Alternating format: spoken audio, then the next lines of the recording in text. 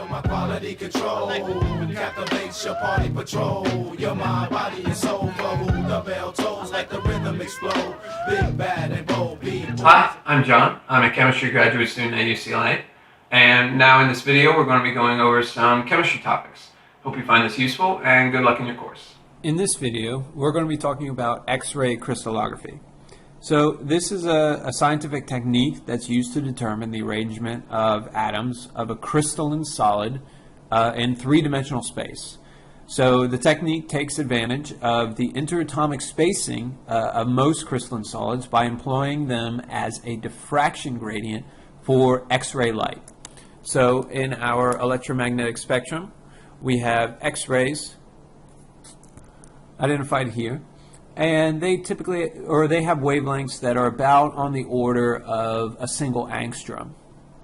So they're about between 0.01 nanometer and 10 nanometer. So it's a very useful technique because you can get very high fidelity structures, electron density structures of small molecules up to 100 atoms, but also very large biological molecules of interest, such as nucleic acids, so DNA structures, protein structures, and then looking at interactions between molecules, such as the way that proteins and DNA might bind to one another, or a small molecule like a drug, how that interacts with proteins in the body as well. So as long as you can crystallize the molecule or a sample of molecules, then you can get X-ray crystallography data and get structural information from that. All right, so first talking a little bit about diffraction. So in principle, the wavelength of any electromagnetic wave can be measured if a grating having a suitable line spacing can be found. The spacing between lines has to be approximately equal to the wavelength of the radiation to be measured. Now the X-rays have wavelengths, like I said, on the order of about an angstrom. Now, it would be pretty much impossible to construct a grating that has such small spacing. But the regular arrays of atoms in a crystal can act as a three-dimensional grating for this purpose, for the observing X-rays. So on the left-hand side here is an experimental arrangement for observing X-ray diffraction. Basically, a narrow beam of X-rays with continuous wavelength range is incident on a crystal. Then the diffracted radiation is detected by some kind of photographic film and forms an array of spots. Now this is known as a Lau pattern. The crystal structure can be then determined by analyzing the positions and intensities of the various spots in the pattern. Now let's consider this in a little bit more detail. Say you have an incident beam of X-ray electromagnetic radiation at some grazing angle theta here on one of the planes of the crystal. The beam can be reflected from both the upper and lower plane of atoms. Now, the geometric construction here of this two-layer system, or the upper plane and the lower plane, shows that the beam that's reflected from the lower surface travels farther than the beam reflected from the upper surface by a distance of 2d sine theta.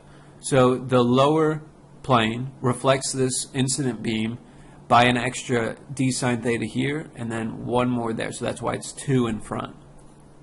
Now the two portions of the reflected beam, these two waves, are going to combine to produce constructive interference when this path difference equals some integral multiple of the wavelength.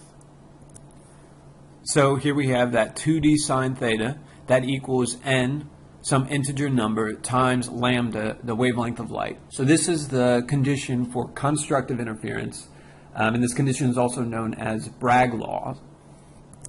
So if the wavelength and diffraction angle are measured by the instrument, this equation can be used to calculate the spacing between the atomic planes. So the intensities of the bright diffraction spots, for example on your photographic film, are determined by the atoms and their electronic distributions in the fundamental building block of your crystal, the unit cell. So the geometry or the position of the bright spots in space of the diffraction pattern is determined by the regular three-dimensional crystal lattice arrangement of the molecules in your sample. Now, this integral n number here can refer to what is called the nth order of interference. So an n equal to 1 would be first order interference, n equal to 3 would be third order interference. And so using that and Bragg's law, let's go ahead and try a sample problem just to make sure that we understand how to use this equation.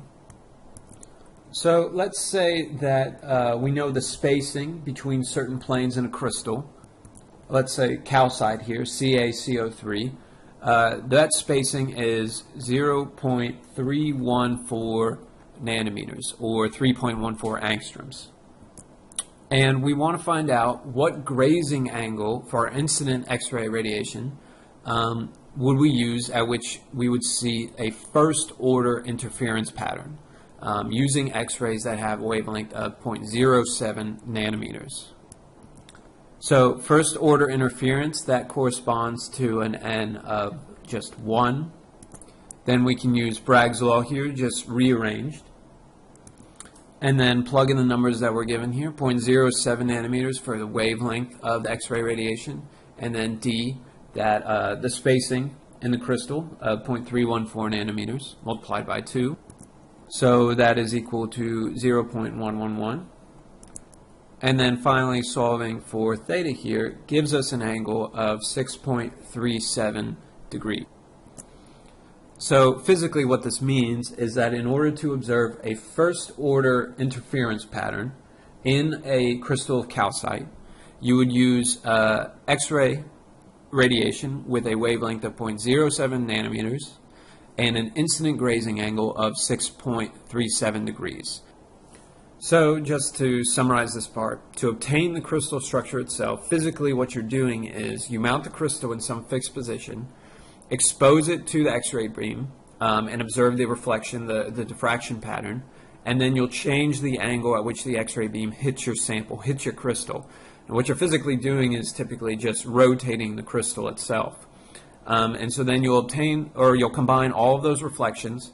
The greatest or the brightest diffraction spots are going to occur at those first, second, etc. order interference, which is dependent upon the crystal itself and the wavelength of X-ray radiation that you're using.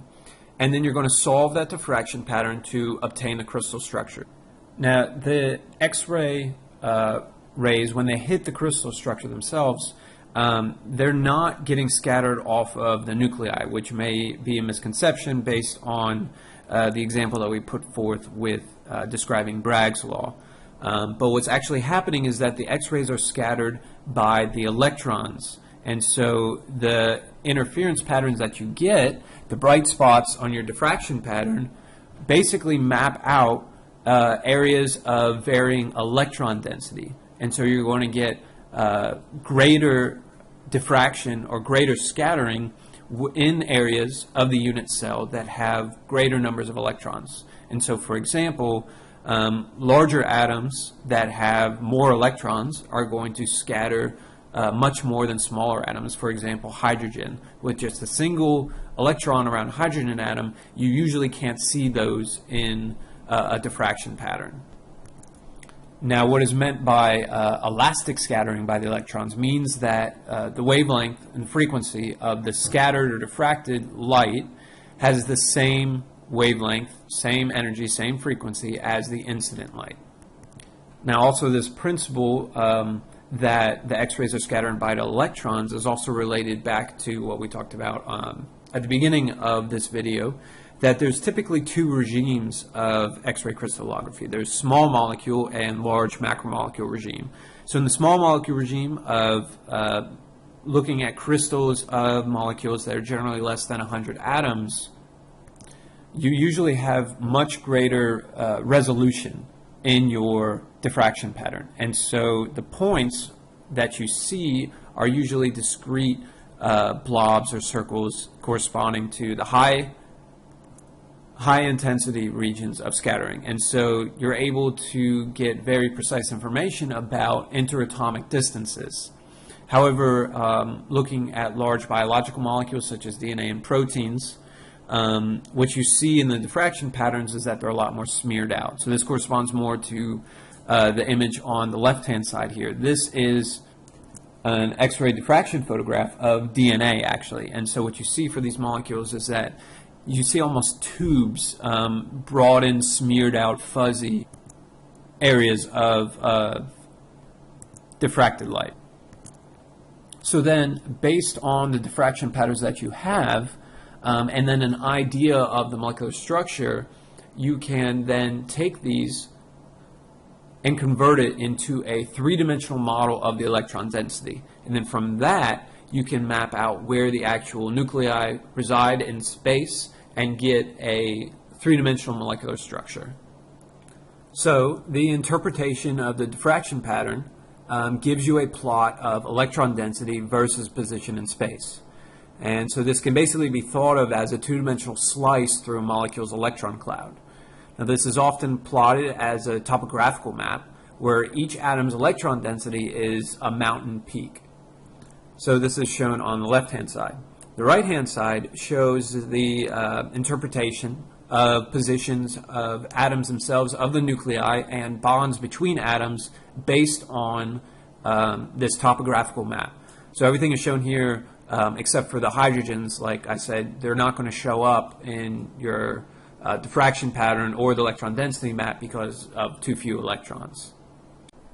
Finally, we'll wrap up with simply what can X-ray crystallography be used for within the scope of the courses that you're probably taking right now. So, can it be used to determine a molecular formula? The answer there would be no. So, X-ray diffraction only locates atoms in space and gives you some idea of the crystal structure, but it doesn't directly reveal what elements are present there. Okay, so stereochemistry, yes. So because the X-ray diffraction basically reveals the relative positions of atoms in space, stereochemistry can definitely be determined using this technique. Bond length and distance between atoms, yes to both of these. Again, you're determining the relative positions of these atoms in space at angstrom level resolutions. Electronegativity, no. Lone pairs, no. Formal charge, no. None of these can really be determined using this instrumentation technique, but that doesn't obviously mean that it's not useful. So these are the three main things that you can get out of this instrumentation technique. We're going to take a trip back in time. Are you ready to get into your time machine? Okay, fasten your seatbelts. Are you ready?